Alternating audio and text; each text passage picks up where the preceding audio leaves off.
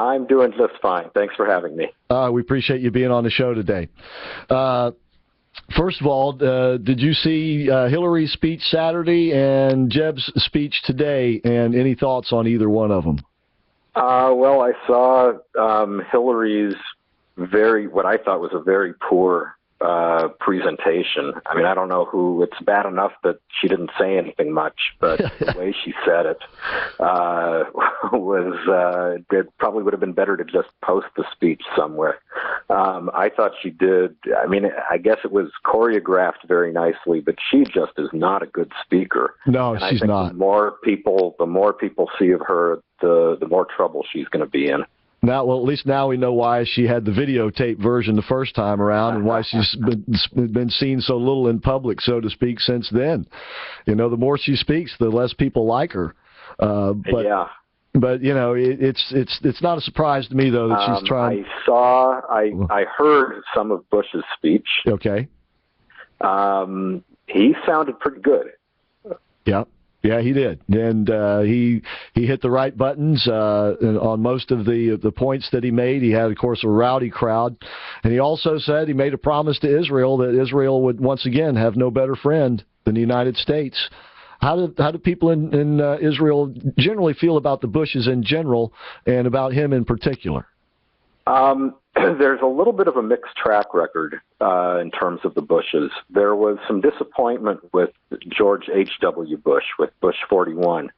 Especially his Secretary of State was James Baker. Right. And Baker was considered to be very antagonistic toward Israel. Now, the George W. Bush was considered to be a very good friend, and really people in Israel got the sense that he understood where Israel was, what it had to deal with. One of the things that he did, he took a very strong, what I thought was a very moral stance toward Israel, especially with the Palestinians, whereas Bill Clinton had Yasser Arafat running in and out of the White House. President Bush basically said, no way, and shut him out completely. So that was appreciated. And now with Jeb, I think the belief is that he would be pretty good, but there are people who are a little uncomfortable because James Baker apparently has been one of his advisors. And I think people hear that's a name that makes people cower, that makes people really think twice.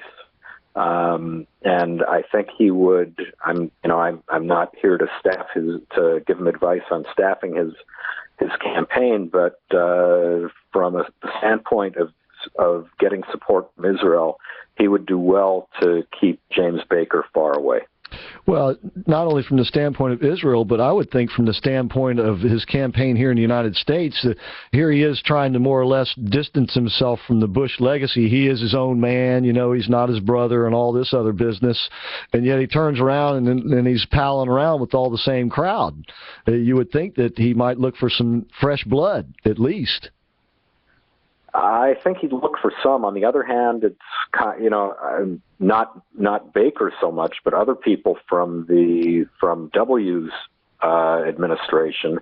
That was the last Republican administration. You had people in there for 8 years. They're people with experience.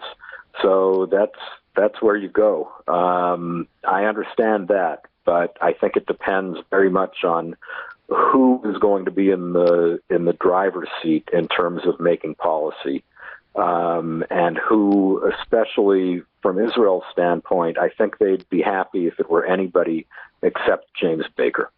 Yeah. Okay. Understood. Good point.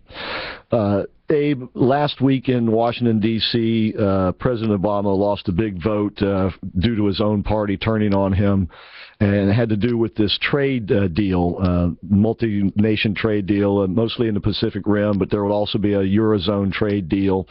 And I heard some interesting analysis over the weekend that said if, this was more or less a threat to Democrats out there. And I love it. Here you got Republicans threatening Democrats that they're going to turn this guy into a lame duck president, as though that would be a bad thing. Come on now. But saying that if this goes down, that this will weaken the president's position when it comes to negotiating with Iran. And I thought, well, how can it get any weaker? I mean, he's basically giving them everything they want. But do you think that there's any truth to that? I heard that. I don't understand what the connection is. Maybe I'm missing something, but it doesn't seem to me that Iran cares all that much what kind of trade agreement the U.S. makes with the Pacific Rim. So I don't see the connection. I think that maybe marginally there might be some difference in just how much weight President Obama carries, how much authority he wields just because he seems to be in command, or if he doesn't seem to be in command. But I just don't really see it. Yeah. Well, the latest out of Tehran or out of the negotiations, it seems to be that Iran will allow inspections, only not in the places where they don't want the inspectors to go, more or less. Is that the way you read it?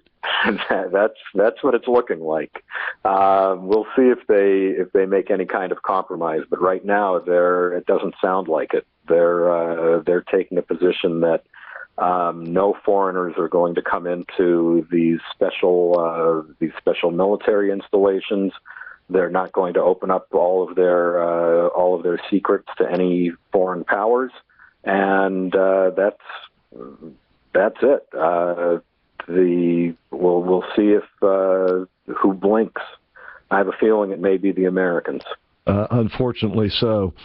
And the Iranians, of course, their incentive is just to keep holding out because the tougher they make the negotiations, the more they seem to get out of it. Yeah, I think that that's true, and also, as we've discussed before, it's to their advantage to have all this stuff drag out. I wouldn't be at all surprised again if this June 30th deadline also gets blown and they end up. Again, the deadline isn't exactly a deadline. A red line isn't a red line. These lines are not the strong suit of this administration. Yeah, no, they could take a lesson from Reagan when he walked out on the Russians and just left them hanging. Sometimes you just turn and walk away, but not this administration. Hey, Abe, we got to take a break, so please stay with us, and we'll talk on the other side. And Abe Katsman is our guest, and, of course, he joins. He's not a guest. He's actually a member of the American Adversaries Army Task Force, where it's our task to force the truth upon the world and then have the world to deal with it as it may. So please stay with us. When we come back, we'll continue the conversation. There's a war report, actually a couple of war reports out this week having to do with the Gaza conflict, and you'll probably be hearing a lot more about that.